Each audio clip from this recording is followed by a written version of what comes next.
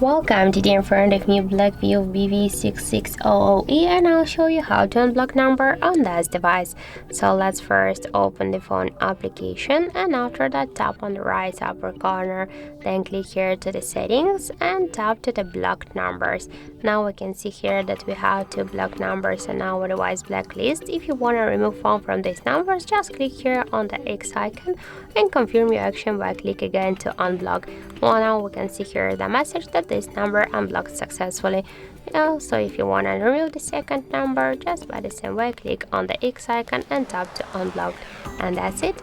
So thank you for watching, and if you find this video helpful, don't forget to leave a like, comment and to subscribe our channel.